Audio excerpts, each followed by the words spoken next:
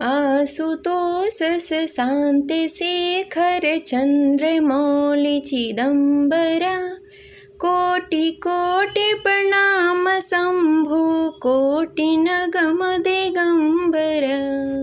ओम नमः शिवाय। जय श्री शंभु। हर हर महादेव। आप सभी को सावन की पहली सोमवारी की हार्दिक शुभकामनाएं। आज सुनेंगे सावन सोमवार व्रत कथा। तो प्रेम से बोलिए शिव जी माता पार्वती की जय। जय श्री गणेश।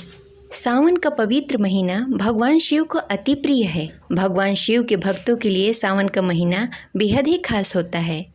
सावन के महीने में भगवान शिव और माता पार्वती की विधि विधान से पूजा की जाती है और व्रत रखा जाता है।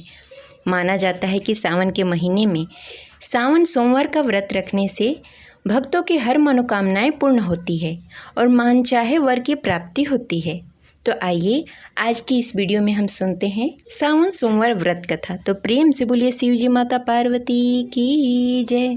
जय शिव शंभु। प्राचीन काल में एक नगर में एक साहूकार रहता था जिसके यहाँ धन्य धान्य की कोई कमी नहीं थी। फिर भी वो हमेशा उदास रहा करता था क्योंकि उसके पास कोई पुत्र नहीं था। वह इसी चिंता में रात दिन रहता था। वह पुत्र कामना के लिए प्रतिदिन सोमवार को शिव जी का व्रत और पूजा किया करता था तथा संध्या काल को शिव मंदिर में जाकर शिवलिंग के सामने दीपक जलाया करता था। उसकी इस भक्ति भाव को देखकर एक समय श्री पार्वती जी ने शिव जी से कहा कि हे प्रभु, यह साहूकार आपका बहुत ही अनन्य भक्त है और सदैव आपका व्रत और पूजन बड़ी ही श्रद्धा के साथ करता है। इसकी मनोकामना पूर्ण करनी चाहिए। शिव जी ने कहा, हे पार्वती, यह संसार का कर्म क्षेत्र है। जैसे किसान खेत में जैसा बीज डालता है वैसा ही फल काटता है, इसी प्रकार इस दुनिया में जो जैसा कर्म करता है वैसा ही फल पाता है। पार्वती जी ने अत्यंत आग्रह से कहा, हे प्रभु, जब वह आपका अनन्य भक्त है, उसको अगर किसी प्रकार का दुख है तो आपको अवश्य ही उसका दुख दूर करना चाहिए, क्योंकि आप सदैव अपने भक्तों पर दया करते हैं, उसके दुख को दूर करते हैं। यदि आप ऐसा नहीं करेंगे तो कोई मनुष्य आपकी सेवा और व्रत क्यों करे। पार्वती जी का ऐसा आग्रह देख शिव जी ने कहा, हे पार्वती, इसका कोई पुत्र नहीं है, इसीलिए यह सदैव दुखी रहता है। इसके भाग्य में पुत्र न होने पर भी मैं इसको पुत्र प्राप्ति का वर देता हूँ, परंतु यह पुत्र केवल 16 वर्षों तक ही जीवित रहेगा। इसके पश्चात मृत्यु को प्राप्त हो जाएगा। इससे अधिक मैं और कुछ नहीं कर सकता। ये सभी बातें साहूकार सुन रहा था। इससे उसको न कोई प्रसन्नता हुई और न ही कोई दुख हुआ। वह पहले जैसा ही शिव जी का व्रत और पूजन करता रहा। कुछ काल व्यतीत होने के पश्चात साहूकार की पत्नी गर्भवती हुई और 10वें महीने उसने पुत्र को जन्म दिया। साहूकार के घर में बहुत ही खुशी मनाई गई, परंतु साहूकार उसके 16 साल की आयु जानकर कुछ अधिक प्रसन्न नहीं हुआ। यह बातें उसके घर वालों को मालूम नहीं था। विद्वान पंडितों ने उसका पुत्र का नाम अमर रखा। जब अमर 12 वर्ष का हुआ तो उसे शिक्षा प्राप्त करने के लिए काशी भेजने का निश्चय हुआ। व्यापारी ने अमर के मामा को बुलाया और कहा कि अमर को शिक्षा प्राप्त करने के लिए काशी छोड़ आओ।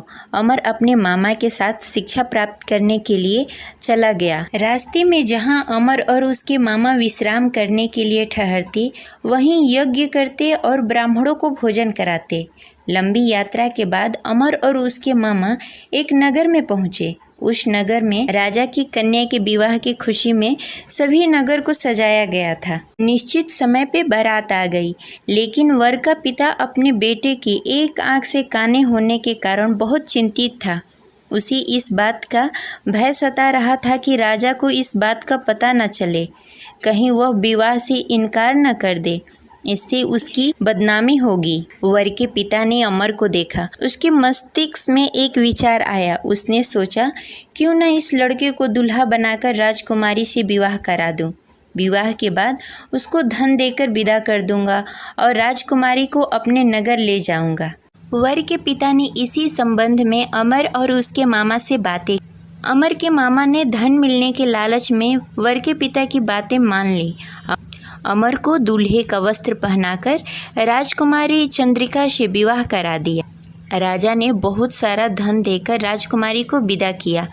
अमर जब लौट रहा था तो सच नहीं छिपा सका और उसने राजकुमारी की ओढ़नी पर लिख दिया, राजकुमारी चंद्रिका, आपका विवाह मेरे साथ हुआ है। मैं काशी शिक्षा प्राप्त करने के लिए जा रहा हूँ। अब तुम्हें जिस नवयुवक की पत्नी बनना पड़ेगा वह कान्हा है। जब राजकुमारी ने अपनी ओढ़नी पर लिखा हुआ पढ़ा तो उसके कान्हे लड़के के साथ जाने से इनकार कर दिया।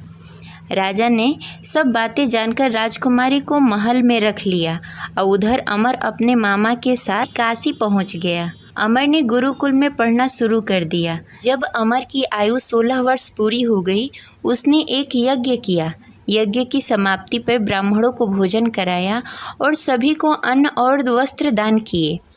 रात्रि को अमर अपने शयन कक्ष में सोने के लिए चला गया। शिव जी के वरदान के अनुसार शयन अवस्था में अमर के प्राण पखेरु उड़ गए। सूर्योदय पर मामा अमर को मृत देखकर रोने लगे। आसपास के लोग भी एकत्र होकर दुख प्रकट करने लगे। मामा के रोने विलापने का स्वर समीप से गुजरते हुए भगवान शिव और माता पार्वती ने सुन लिया। पार्वती जी ने शिव जी से कहा, मुझे इसके रोने का स्वर सहन नहीं हो रहा है, आप इस व्यक्ति के कष्ट अवश्य दूर करें।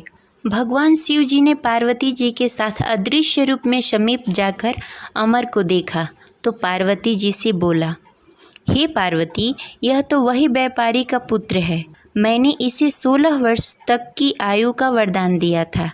इसकी आयु पूरी हो गई है। पार्वती जी ने फिर भगवान शिव जी से निवेदन किया, हे प्रभु, आप इस लड़के को जीवित करें, नहीं तो इसके माता पिता पुत्र की मृत्यु के कारण रो रो कर अपने प्राण त्याग देंगे। इसके पिता तो आपके परम भक्त हैं, जो वर्षों से सोमवार का व्रत करते हुए भोग लगा रहा है। पार्वती जी के आग्रह करने पर भगवान शिव ने उस लड़के को जीवित होने का वरदान दिया और कुछ ही पल में वह जीवित होकर उठ गया। शिक्षा प्राप्त करने के बाद अमर अपने मामा के साथ अपने नगर की ओर चल दिया। दोनों चलते चलते उसी नगर पहुँचे जहाँ अमर का विवाह हुआ था। उस नगर में भी अमर ने यज्ञ का आयोजन किया। समीप से गुजरते हुए नगर के राजा ने यज्ञ का आयोजन देखा।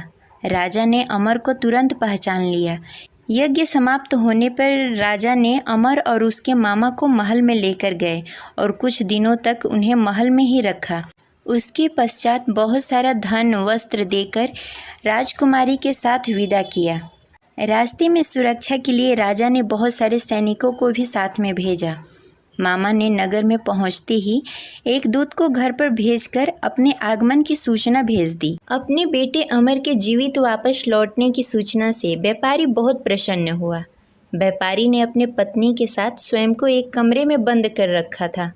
भूखे प्यासे रहकर व्यापारी और उसकी पत्नी बेटे की प्रतीक्षा कर रहे थे।